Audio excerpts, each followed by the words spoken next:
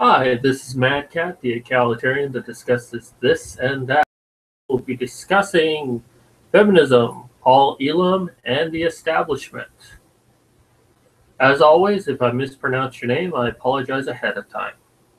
Bam! Nailed it. All right. So, something I'm going to try to do a little bit different today, and I'm sorry if it scares anyone, is I'm going to try to emote more with my voice. I've listened to my previous stuff, and it sounds, when I'm saying something, it sounds like I'm emoting. But then when I hear it, I'm like, wow, people must think I'm a very boring person. So let's go ahead, let's go ahead and get started today. So I got a message on Tumblr. I don't get very many messages on Tumblr, so it was a nice welcome surprise. Now, what started this is this girl, this 18-year-old pansexual girl, posted photos of herself in her bra and underwear. And she was just revealing herself, and, she starts out, here's my big fuck you to every person who has ever made me feel like shit about my body. And she goes into things about how beautiful she thinks she is because she respects herself. And she really loves who she is and that she accepts her flaws, which is a very fair statement. And I think that that's very commendable. And I said in response, if I could fall in love for someone's body, this would be the girl. So I get a message from her.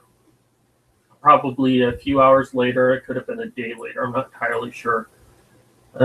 One thing I hate about Tumblr is there's no timestamps on any of this shit. So it's like I don't know how long between one post and the next it was. And her response, and I'll just go ahead and read it verbatim. I'll read it exactly what it says. Oh God, no. Please don't fall in love with my body, considering some of the horrid comments you left on photos, like the girl with the dress code shirt. I understand radical feminism is disgusting, yes, but feminism is for all races and genders and just, no! Please get educated. Feminism is the belief that women should be socially, economically, and politically equal to men and just. I'm done. And just. And my response to her was, so I'm not allowed to like your body because I have a difference of opinion on some political issues, and rather than take the compliment and say thank you, you use this as an opportunity to educate and telling me that what I can and can't think. And I also point out to her, this was over several posts, so I'm not going to read you everything. But she's saying that feminism is for all race and genders, but then says it's the belief that women should be socially, economically, and politically equal to men. So how's it for any other gender, since it has a very specific politics on women not being equal to everyone else? How does that help men? She did eventually link me to an article that that I'll be doing a video on. It's like the 23 contributions feminism has made to men. And I'm doing research on it right now. I want to try to get as much information as I can rather than to do this like free balling like I do. So she did respond, and I'll read this real quick. Is this the part? Well, her response was initially she thought that, but then she was revolted at me because of what I've said about feminism. And, I just hold feminism under the same microscope that I hold any other group. Based on your actions alone is what I determine about you. And I think what she's talking about is with the posts about dress codes and girls talking about, oh, how oppressive it is that I can't wear these really short shorts and whatever to school, and they're telling me that it's because I distract all the boys. First off, I disagree with the notion that it's about distracting the boys. You shouldn't ever tell a girl that you're too distracting. One, it would feed her inflated ego, but two, it'll also shame her. And you shouldn't be doing that. Just say, you know what, we have a strict code at this school, you need to follow it. You don't need to know why, you just need to go home and change. But I also hold it to the parents a little bit in saying that because parents have also posted on this, it's like, you tell my girl that she can't wear this and send her home so she can't get an education. And I'm like, you let her walk out of the house like that. You know what the dress code is, you know what the rules are, but apparently your daughter looking really good to her friends and all the boys is far more important than her education. You need to rethink your priorities. So, yeah, she talked about the radicals and that men can be raped, and I see the shit that patriarchy puts men and boys through, and it disgusts me because I've seen so many men in my life who I love and care for. You've seen men that you love and care for, or you've seen men who go through the issues that patriarchy caused. And by the way, I don't scroll through the feminist tags. I have all the other people on Tumblr that I look at do that for me. I just look at my dashboard and I see shit. I don't need to go looking for trouble. Trouble seems to find me. And I respond to her my usual way, and I'm not going to go into that. And here's the post that I'll read. Express any emotion. They are weak and girly. I think it was a continuation of what she was saying before, but it appeared as two different. Oh, yeah, it was. I didn't notice that until now. Boys being told that if they express any emotion, they are weak and girly. Next time use ... so I can differentiate that it's actually going to another post in both the posts, because you start with like a capital letter, so I thought it was entirely different when it made little sense to me. I'm not all hip on the Tumblr etiquette. So, male rape victims being ignored or pushed aside because men want sex all the time, so it can't be rape.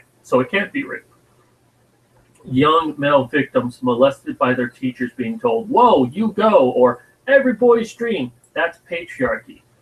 And here's what I said specifically. That's not patriarchy.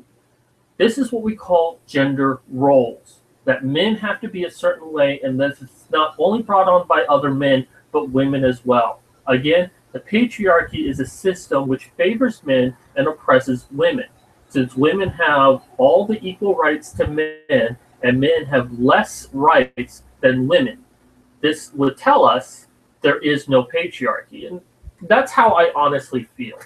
The patriarchy is supposed to be this system that tells men that they're a privileged class and that women are to be oppressed. Except, of course, that it also hinders men in many ways, with reproductive rights, as well as child custody cases, as well as circumcision. But those are part of the patriarchy. So the patriarchy then isn't a system that favors men. Oh, no, it still is. It just also hurts men. That doesn't make sense. You can't have a system that favors one group over another and then still punishes that group and gives a lot of rights to the other group that is supposed to oppress.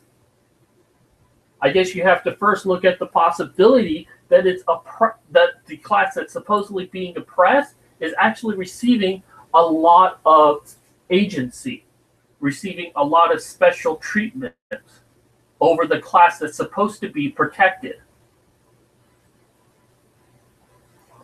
So I actually asked, when I was dealing with this, I thought it would go deeper in conversation, Hannah Wallen on Twitter. I asked her about patriarchy, and I love what she said, and I'm just going to read it real quick, and it's pretty short. It's over multiple posts. Feminists use calling men weak as a psychological control mechanism, manipulated by attacking their self-esteem. It has nothing to do with patriarchy and everything to do with the presumption that men owe women certain factors. And then when I told her about my patriarchy doing a bad job, and she's like, yeah, it's true, it's doing a bad job.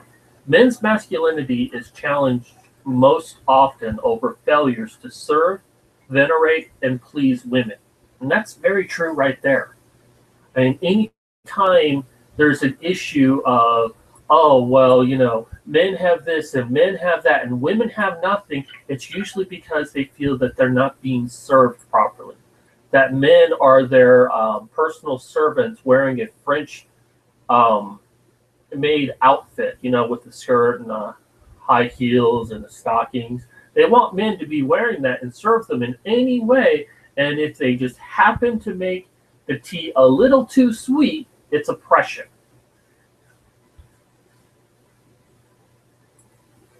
And I also like the last, well, it wasn't the last thing she said, but it was the last thing relevant to this. So-called patriarchy is a phenomenon they actually perpetuate feminist I can't speak today. I don't think I can ever speak. I'm not going to say that word. You know what I mean? They actually exploit, perpetrate, and exploit. Woohoo! I said it. And then she shows me a picture of, a woman represented by feminism, controlling men by strings who are in the military. It's actually it's a picture you really have to study to understand. So, how does Paul Elam fit into all of this? Now, I don't really know Paul Elam that well. I've seen a few videos of his. He seems to be a very respectable person. And, it's someone I hope to meet one day. I don't know enough about him to really form any strong opinions. He has been coming up in conversations lately, in discussion with some of the other people I follow. But that really sounds like personal issues with them. And I don't really want to be a part of it. So with that said, I don't have any strong opinions on Paul Elam, but I believe it was a video he did, an interview. I forget the guy's name. I do apologize, sir. He does the group A Voice for Male Students. He did a great discussion. He had a great panel at the KSUM, where he talked about education and boys' roles within that. And it was just like, it's beautifully done, but it's extremely scary that that's what's happened to our society. And Paul Elam talked about something called the establishment. Back in his day, when he was young, they called it the man, being against the man. And that's what many people identify as being the patriarchy. But one, there is no such thing as a patriarchy. I'm not saying that patriarchy never existed. I'm saying that it doesn't exist today. But many people misunderstand what it is and prefer to think that it's something that oppresses them and gives special standing to everyone else. And I guess in many ways I feel the same as well. I'm not going to go into great detail of what I think the the establishment is. I have my guesses about it, but it's all speculation, and I'm not going to pass it around as fact. But I do think that that's what we're seeing. And what people are identifying as a patriarchy is basically what the establishment wants them to see. The establishment, like the patriarchy, is a system that's designed to favor a certain type of people while oppressing the others. Now, I know that this sounds like a conspiracy theory nonsense, and well, truth be told, that's what the patriarchy is. That's just a conspiracy theory nonsense to justify people's behaviors, especially women against men. They can feel validated that they're against men and kill all men and drink male tears because, hey, the patriarchy exists and it gives them a right to be that way. Well, so the establishment is basically, it's for a privileged class. I will say that, yes, but it's not catered to race or gender or sexuality. It's catered to a social standing and money. It's hard to explain this because I have so much thoughts on this, but like I said, these are my own thoughts. These are not necessarily opinions, or, well, these are opinions, but not necessarily facts. So I want to be careful in what I say to this. The establishment is basically for, let's just say, rich people. Not all rich people are part of this. Not all politicians are a part of this. But key individuals who have a certain agenda they're trying to fulfill, and they're manipulating everyone around them into doing it without their realization. There's a book I read a very long time ago, and it was called Children of the God. I think that's what it was called. It made a lot of references to the Matrix, actually. And it was mostly a book about the Illuminati. No, I don't agree. I don't think that there is an Illuminati. I do think that the establishment could be one of the falsehoods that was created by the establishment, and that the establishment does fit the bill in a lot of ways. But I don't think that there's like some secret organization with decoder rings and a special handshake of reptilian monsters who's controlling all business and presidents. Blah, no. Nothing that juvenile. But there was something it said in its first chapter about controlling people. And how do you control people? And it said that one of the best ways to do it was through religion. And the reason why religion was so good is because, first, it answered a number of questions. Whether the answers were really the right ones, it gave people a false sense of accomplishment. It's like, hey, I'm a part of this religion. So now all the questions are answered for me, and all I've got to do is serve. Work and serve, work and serve, you know. But the other great thing about religion, unlike any other system, is that it polices itself. That if you don't fall in line with our beliefs, we're going to find you. We're going to try to force you back into our beliefs. And if you don't fall into our beliefs, we're going to ostracize you. And it's a very good system if you think about it. If you wanted to control a group of people, that's one of the best ways to do it. And in fact, you're not necessarily their God, but you are the power behind what is controlling them. And they never see that it's you who's controlling them. Instead, it's some invisible being that's controlling them, either for the good or for the worse. Now, I'm not going to say that feminism is a part of the establishment. No, that wouldn't be the case, nor would any other of these movements. Instead, I think feminism is a tool of this establishment. The establishment uses feminism as a tool. Why is it we have all of these false statistics? The 1 in 4 number that was even quoted by the President of the United States himself. We have this statistic that is quoted, which has been debunked many, many times. It's been debunked by impartial scientists. It's been debunked by the men's rights movements, and even the feminists themselves have debunked this, and yet this statistic remains ever present, that people still quote it to this day, believe in its absolute fact. Now, you could say that it's something wrong with people, but I'm willing to believe that it's really a system of control.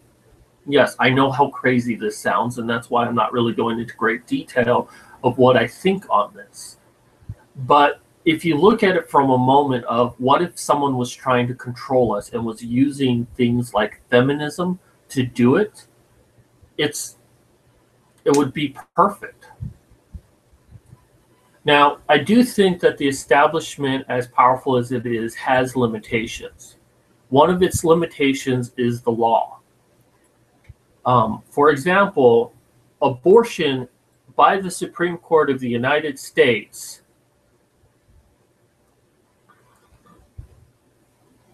the sorry, someone just sent me a message, has ruled that abortion is legal, that a woman can get an abortion at an abortion clinic. However, the state of Texas has state of Texas has made it a lot harder for women to get an abortion. That is plain wrong. And I think whatever is going on there has to do something with the establishment, that they don't want women to get an abortion. So that's why they're making it harder, despite it being their constitutional right.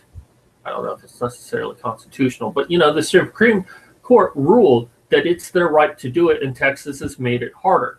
Now, you could say, well, it's just the men in Texas don't want that to happen. Women were part of the decision-making process. And this is how we know that it's not the patriarchy, because women are part of the decision-making process. Why would women want to support a system that denies them power, at the same time gives men more power? Whereas it appears that women are a part of a system that denies, social economic, decides things on a social economical front, that people on this side of the line receive all of these benefits, but people on that side of the line, the majority of people, don't. I mean, if you start looking at how some things have developed in the last 20 years, I don't know, I see a pattern. I really do. And yes, again, this sounds like conspiracy theory talk, and I agree that it does. But it makes a lot more sense when you actually analyze it than, oh, it's the patriarchy. It oppresses women. We can't, well, we can vote, but only men politicians get elected. I mean, I didn't vote last year, and none of my other friends that are girls voted. But if we had, then a man still would have won. There is no patriarchy. Get that out of your mind now. You want to fight the cause, you want to bring awareness of issues, fine. But get it out of your skull that there is no, that there is a patriarchy. Get that out. There is no patriarchy. There is a system in place that is using feminists to, for whatever end, I don't know. That's why I don't really talk about this, because I don't have any proof of this. I don't have anything that can definitively say this. But when you look at it logically,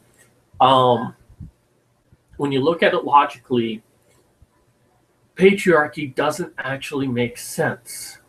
But then again, it's like the girl quoted, that feminism is for all genders and all races, and yet it's about promoting the equality of women to men, politically and financially. That's not for all genders. That's just for women trying to elevate themselves to be equal to men, when, newsflash, they already are. Feminists are asked this all the time, and they can never come up with any answer that can't be easily defeated by a response. When asked, come up with one right that men have that women don't. The common one I see, if they respond at all, it's like, well, women have to walk in a dark alley and is afraid of being raped. Men are more likely to be murdered in a dark alley. They're more likely to get mugged, get beat up, than women getting raped. Men have more to fear walking down a dark alley than women do. But hey, most feminists consider getting raped worse than being dead. Men have to face the fear of dying a lot more often than women have to face rape. Rape is still bad, don't get me wrong, and it shouldn't be happening, but it's going to happen within society. But there are things we can do to try to stop it. But the first thing that we need to do is address what the actual statistics are and not what this 1 in 4 bullshit that keeps changing every 6 months. I've seen it go from 1 in 3 to 1 in 5. I don't think I've seen it any lower or any higher than 1 in 6. No, actually, it would be lower. I haven't seen it any lower than 1 in 5. I don't think I've seen 1 in 6. So you've got to, feminists, you've got to start looking at the facts. Yeah, my conspiracy theory, bullshit, whatever. Pay no attention to that. The last thing I will say is that I did with this feminist what I do with every feminist. I told her that, sorry, my thoughts like come and go, so I told her that if she's truly this, feminist who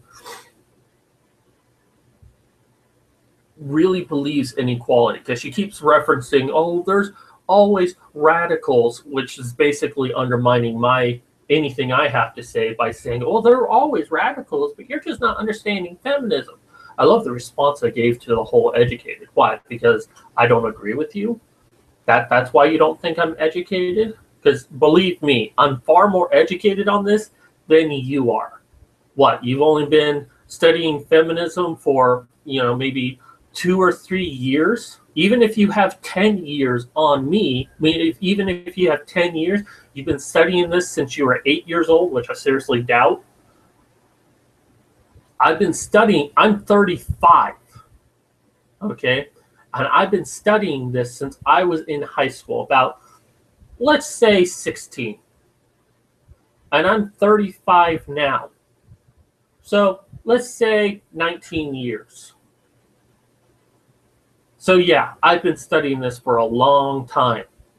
If anyone needs an education, it's you. And I don't mean to be mean to you. You sound like a very sweet girl. It sounds like you really want equality, but you need to wake up and look at the truth of the world. I have nothing wrong against feminists. Christina Hoff Sommers, I really like her. Don't agree with everything she says, but I respect where she comes from. I really do. And she's a feminist I support. And if there were more feminists like her, I wouldn't be all up in angst against feminists.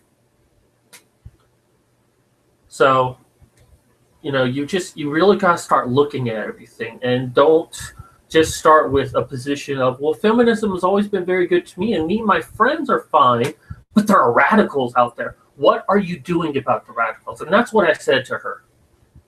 The radicals are your responsibility because they're the ones who have given feminism a bad name. Now, you can spout off, well, they're not actually feminists, or they're not one of us. Not all feminists are like that. You just need to be educated. No, you need to be educated. There are a lot of bad women out there who are using the name feminism to do destructive things. I always talk about Mary Koss, probably because I can't really remember any of the others off the top of my head. But the destruction that she has done to our society is very serious. And feminists, if you really want me to take you serious, then you need to start doing something where you call people out and say, this person over here has done some bad things in the name of feminism, and we do not support them. We ostracize this person from the movement. You don't ever see that. The only time I've seen anything like that was when Christina Hoff Sommers called out Anita Sarkeesian. And I was amazed that she did that. Excuse me. Let me take a drink. Okay, I need to stop soon. Getting all up and yipping. So, it's your movement, and you need to take back control of it. If you truly believe in equality between men and women, and not just women over men or equal to men, air quotes there, then you need to do something about your radicals, and you need to start doing something rather than just talking about it. Now, you might say, well, what about you, Mad Cat? What are you doing in your movement? Well, first off, egalitarianism is not a movement. But secondly, I am doing something. It's small. Well, when you really think about it, it is really, really small, but it's something. I am helping right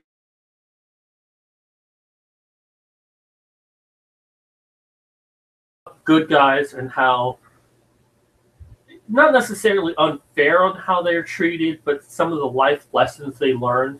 Good guys who really want to be all of these things that society, that people say they want, but society's opinion of them is very low. He's doing a comic, and I'm trying to help him take it from a Weebly account to a .com. I'm also designing his site. I've given him some server space on my server, and that's my contribution. I mean, when you see this website, you won't even really know that I'm there.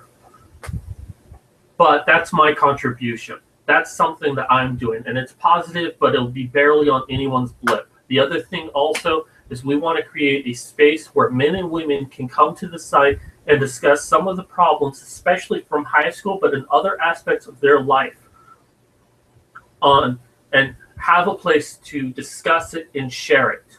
Yeah, there will be a little bit more focus on men on this site, but we're not going to disinclude women. We're not going to forbid women from joining the site. They're welcome to join the site, and they're welcome to be a part of the experience that we're trying to create. Anyways, I'm going to end the video here. Hopefully it's not that long of a video. I hope you enjoyed. Sorry for my conspiracy theorists, but it's, start looking at the world. Start saying, well, if someone was trying to control the world, and this was something they were trying to do, why would they do this? Or what would it look like if they were? And you'll realize that feminism is a tool to these people. And most likely, many of these radicals are actually part of a bigger establishment that's trying to control further. I do think that places like A Voice for Men are places that aren't controlled by the establishment, and the establishment is starting to lose control of things, and that's why a lot of people are getting more desperate. Again, that's just my theory. Do with what you want with it. Anyways, this is Mad Cat signing off.